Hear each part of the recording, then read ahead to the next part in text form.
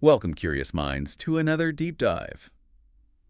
Today we're cutting through the noise and unpacking a truly critical situation, the escalating tensions around Iran. It's definitely complex and moving fast. We've got a robust stack of sources here, Sure. everything from breaking news on recent strikes hmm to deep dives into Iran's unique power structure, its, fragmented opposition, and even the mechanics of military operations. Yeah, the technical side too, which is Our fascinating. mission is clear: pull out the most important insights, give you a really solid understanding of what's happening, and maybe uncover some surprising connections.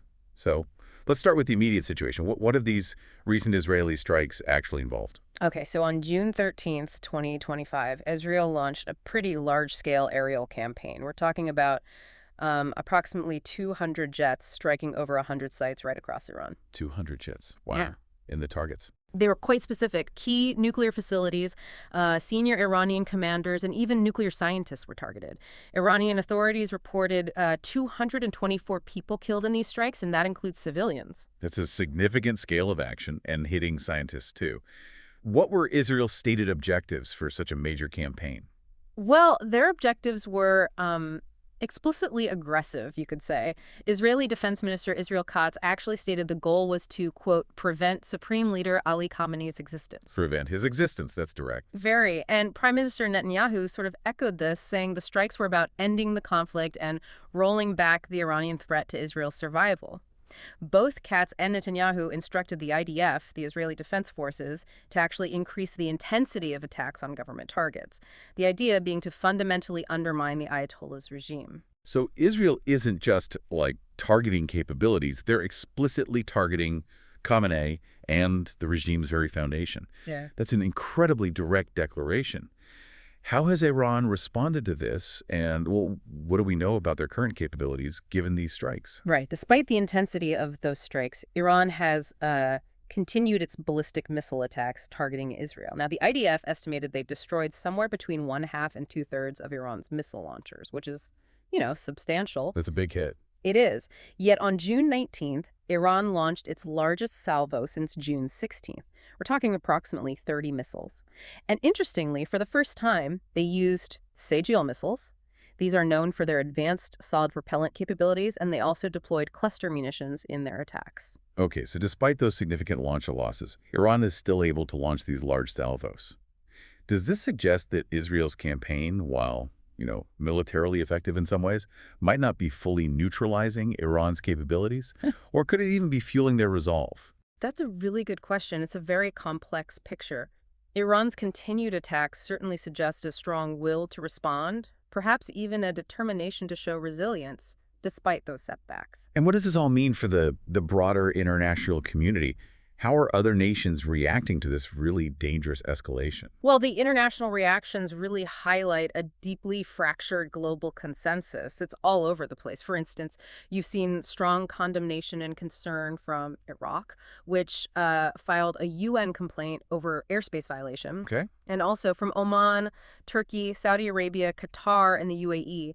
They're all calling for restraint, highlighting the danger. Right, the immediate neighbor is mostly calling for calm. Exactly. But then, on the other hand, certain groups have been quite vocal in their support for Iran's right to respond. Lebanese Hezbollah explicitly warned these strikes could ignite the region, calling it brutal aggression. Strong words. Very. Yemen's Houthi rebels stated Iran has a legitimate right to defend itself.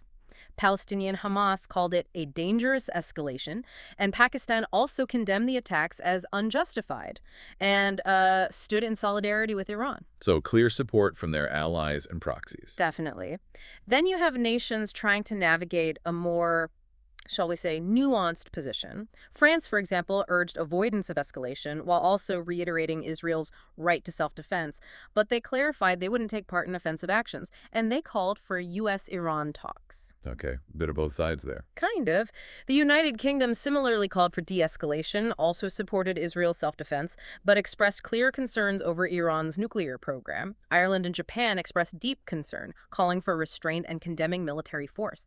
Even the African Union voiced grave grave concern. A lot of concern, but maybe not much concrete action proposed. Well, and then you have the contrast. The Czech Republic's foreign minister called Israel's attacks a reasonable reaction, Reasonable? Why? citing Iran's ongoing support for groups like Hezbollah and Hamas and, crucially, its pursuit of a nuclear bomb. So a very different framing. That's a truly complex and, fragmented international response, isn't it? Really underscores the many different layers to this crisis. And speaking of critical layers, a key element in all this is Iran's Fordow fuel enrichment plant. Why is this facility so significant, and what makes it such a challenging target? Fordow is absolutely central to Tehran's nuclear program, no question. But what makes it a particularly thorny problem is its physical location. It's carved deep, really deep into a mountain. Okay, so physically protected. Extremely. This depth makes it incredibly challenging, maybe almost impossible for conventional weaponry to reach and destroy it. So it's not just about hitting a target, it's about having the specific capability to penetrate that target. We've heard a lot about these bunker buster bombs. What exactly are they, and who could actually use them against a site like Fordow? You're absolutely right. It's a very specialized capability. Yeah. The United States possesses what's called the 30,000-pound bunker buster bomb, the GBU-57 MOP. It's delivered by B-2 bombers. 30,000 pounds. Yeah. And experts widely believe this is the only weapon capable of destroying Fordow because of that extreme depth. The only one. Wow. Now, Israel also has U.S.-made bunker busters, things like the GBU-28 and BOU-109, typically dropped from fighter jets like F-15s or F-35s. But these have a much shallower penetration range. They simply aren't capable of reaching Fordow's buried core, not even close, apparently. So this isn't just about a bomb. It's about who even can deliver that kind of punch, fundamentally changing the strategic calculation. Which brings us neatly to the United States. They seem to be playing a critical role in the strategic thinking around Fordow. What is their current position on this? Well, reports indicate the U.S. is actively preparing to support a potential strike on Fordow. But, and this is important, there's a significant condition attached. It's if Iran rejects U.S. terms for resuming nuclear negotiations. Former President Trump has apparently approved attack plans, but he's withholding a final decision for now. Holding back. Why? The strategic goal seems to be twofold. First, to ensure that any strike is absolutely necessary, and second, to avoid getting dragged into a protracted war. And of course, they want to ensure it would definitively destroy Iran's nuclear program if it happened. The U.S. has been moving assets, military assets, to the Middle East to provide more options, as they put it, and a decision is apparently expected within about 2 weeks. 2 weeks. That's soon. It is. And here's an interesting, maybe slightly alarming detail. Israeli officials reportedly told the Trump administration that Israel might resort to attacking Fordow with humans if their own munitions proved insufficient. With humans. What does that even mean? Special forces. The sources don't specify, but it's a stark phrase, isn't it? It really underlines how critical and difficult they see this target, a sort of last resort, perhaps. Yeah, with humans, that's a really stark detail. Highlights the kind of desperation and the strategic problem this facility presents. Now, for a fascinating and quite different angle on this, what are the thoughts of Iran's exiled Crown Prince, Reza Pahlavi, on a potential bunker buster strike on Fordow? Yeah, Reza Pahlavi has a very distinct perspective. He's actually said he would discourage the United States from using a bunker buster at Fordow. Discourage it. Why? His hope, it seems, is that the crumbling of the Iranian regime itself from within would be enough to neutralize the nuclear threat eventually. He firmly believes the Iranian people are the ultimate factor in change and that the option of internal change is, quote, always on the table. That's a powerful and, contrasting viewpoint, emphasizing internal dynamics over external force. So let's pivot our deep dive then to those internal workings of Iran. At the very top of Iran's power structure is the supreme leader, Ayatollah Ali Khamenei. What exactly is his role, and just how extensive is his power? Well, Khamenei is the head of state, and he's the highest political and religious authority. He's positioned decisively above the president. Above the president, okay. Yes.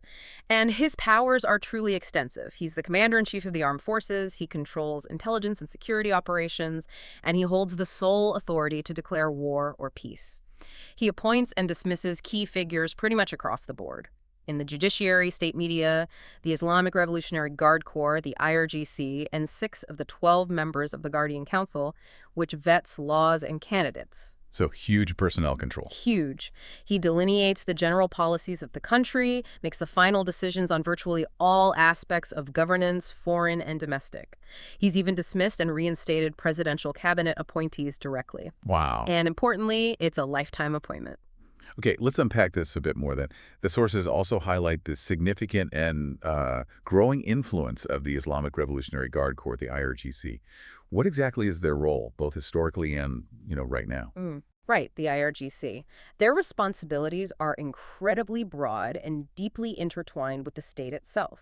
They're tasked with putting down internal opposition, defending against external attacks, border security, disaster relief, and, crucially, supporting pro-Iranian movements abroad, think Hezbollah, Hamas, the Houthis. So internal and external security plus projecting power. Exactly. Historically, they played a key role right from the start, crushing the Kurdish insurgency back in 1979 and suppressing worker strikes over the years. The sources really emphasize that the IRGC is seen today as a predominantly political organization. It's argued they effectively cannot be prevented from involvement in domestic politics anymore. They're too embedded. Not powerful. Yes. And we've even seen a very recent change in IRGC leadership. Brigadier General Majid Kademi was just appointed as the IRGC intelligence organization chief after Israeli airstrikes killed his predecessor and deputy on June 15th. So even direct hits on their leadership don't seem to be, perhaps, weakening their overall institutional power. It appears not, or at least they move quickly to replace figures. Their institutional weight seems immense. And if the IRGC is truly this dominant and politically ingrained, how does that fundamentally reshape Iran's identity? Does it move it away from being a purely clerical state towards something more, militarized? That's a critical question about Iran's future identity, absolutely. And the IRGC's dominance certainly points towards a very strong military influence, perhaps even overshadowing the clerical aspect in practice. And given this entrenched power structure, with Khamenei at the top and the IRGC deeply involved, what's the situation with the Iranian opposition? How united, or maybe disunited, are they? Yeah, the opposition picture is fragmented is probably the best word. Interestingly, Israel's Major General Jor Island suggests Israel is actually being assisted by some Iranians. He even posits 3 levels of potential cooperation. Oh, really? What levels? Locals, perhaps, assisting with drone launches from inside Iran. Second, active encouragement of dissident groups. And third, even approaches to the conventional Iranian military, trying to find cracks there. That's quite a claim. It is. When you look specifically at known opposition groups, like the Kurdish dissident movements, PDKI, PJK, PAK, Kamala, these are various Kurdish groups with often distinct objectives. Some want autonomy within Iran, others want outright regime change.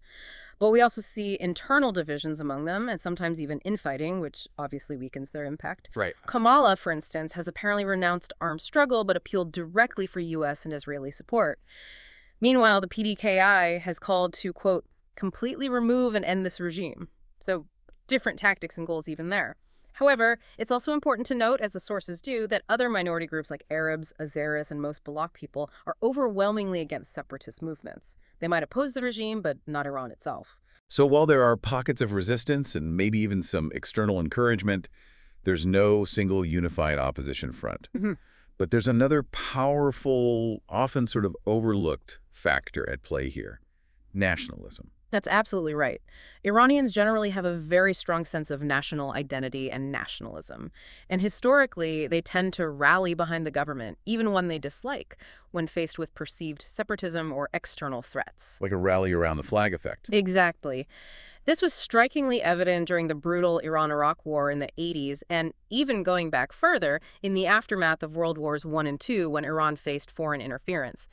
This deep-seated tendency really complicates the potential for opposition movements to gain widespread traction, even when there's significant domestic discontent about the economy or freedoms. It's a fascinating dynamic, isn't it? Yeah. You have, on one hand, potentially deep economic pain and political frustration, but on the other, this powerful nationalistic impulse that can sometimes rally people around the very government causing the pain, especially against outside forces. It makes internal change far from straightforward. Speaking of that economic pain, how is the economy actually impacting the regime right now? Well, the sources suggest that worsening economic conditions, things like rising inflation, high unemployment, unaffordable housing prices, combined with the potential drying up of economic support from proxies abroad, could severely exacerbate popular misery. And that, in turn, could shake the regime's foundations. Public anger over the economy is a constant simmer. Plus, the regime's credibility tends to erode when its ideological promises abroad, supporting allies and projecting power, seem to falter or come at too high a cost domestically. This could further empower dissidents. So the economic pressure cooker is definitely a key factor in the internal stability equation. A very significant one, yes. Now, shifting gears slightly, but staying internal. With Khamenei now in his mid-80s, the issue of succession is becoming increasingly relevant, obviously. What do we know about his health and who might be realistically in line to succeed him? Yeah, Khamenei's health is certainly a factor given his age. There are periodic rumors, though nothing confirmed officially, of course. In terms of succession, his son, Mojtaba Khamenei, is often mentioned as a theoretical successor. Apparently, Khamenei trusts him deeply. His son. Is that common in the Islamic Republic structure? Not historically, no. Mojtaba himself has reportedly made efforts to demonstrate his own independence, perhaps to counter perceptions of just being his father's choice. But the very idea of a hereditary succession moving from father to son is now a topic of discussion among both hardliners and reformists within Iran, which is, as you say, quite an unusual, almost monarchical concept for the Islamic Republic. That really is a surprising potential development, given the revolutionary anti-monarchical origins of the state. So how influential is the IRGC likely to be in this succession process? The IRGC. They're widely expected to be the ultimate kingmaker in choosing Khamenei's successor. The kingmaker. Yes, they are almost certainly going to favor a hardliner, someone who will protect their vast and growing interests, economic, political, and military. Their power gives them a significant ability to mobilize public support for their preferred candidate and, just as importantly, to marginalize any opponents or alternatives. How does this potential succession scenario compare to what actually happened when the founder, Ayatollah Khomeini, died back in 1989? What's fundamentally different now? It's a night and day difference, really. The 1989 succession was quite different. At that time, the Constitution was actually amended specifically to help Khamenei ascend. Amended how? They removed the requirement for the supreme leader to be a marjah taqlid, which is the highest-ranking type of cleric, one capable of independent religious interpretation and followed by many believers. They changed it to simply requiring Islamic scholarship. This conveniently allowed Khamenei, who was a lower-ranking cleric at the time, to take the role. Okay. Tailored for him. Seemingly so. And Ayatollah Rafsanjani, a very powerful figure then, played a pivotal role. He essentially declared Khamenei Ayatollah and Mojtahid. These are titles signifying high religious authority almost overnight during the Assembly of Experts meeting. But here's the crucial difference. The IRGC's role in that 1989 succession struggle was minimal, almost absent. Really? They weren't involved? Not in a king-making capacity, no, which just highlights their vastly increased influence and power now compared to back then. So the IRGC has transformed from an almost non-factor in choosing the leader to potentially the ultimate kingmaker. What does this all mean for the future of Iran's leadership, for the very nature of the state? Well, it strongly implies that the next supreme leader, whoever it turns out to be, will likely be either deeply beholden to the IRGC or perhaps even in a full-blown alliance with them. This could, as one source suggests, potentially transform the Islamic Republic into something resembling a military-style dictatorship, albeit one with a clerical figurehead. The power dynamics would shift dramatically. A military dictatorship with a clerical figurehead. That's a profound potential shift. So as we wrap up this deep dive, it's undeniably clear that Iran is at a really critical juncture. It's facing this immense external pressure, particularly from Israel and the U.S. concerns, but also these incredibly complex internal dynamics. Absolutely. From the precision or attempted precision of military strikes like those on June 13th, Right. to the intricate, almost hidden dance of political succession looming on the horizon, and the simmering hopes and frustrations of a fragmented opposition and populace, the stakes feel incredibly high. Yeah, high for Iran itself, but also for the entire region and arguably beyond. Exactly. This confluence of factors, the direct military action, a looming succession crisis, the simmering domestic discontent, all layered over that deep-seated nationalism we discussed, It really suggests that Iran's trajectory in the near future will profoundly influence regional and global stability. It impacts everything from nuclear non-proliferation efforts to global energy markets to the balance of power across the Middle East. So thinking about everything we've unpacked today, what stands out most to you? And maybe for our listeners, what questions does this raise for you about that delicate, maybe impossible balance between internal popular will, the desires of the people, and the impact of external pressures in shaping a nation's destiny? That balance is the core question, isn't it? How much can external actors influence events versus the internal drive for change or stability? Definitely something to mull over. Food for thought until our next deep dive.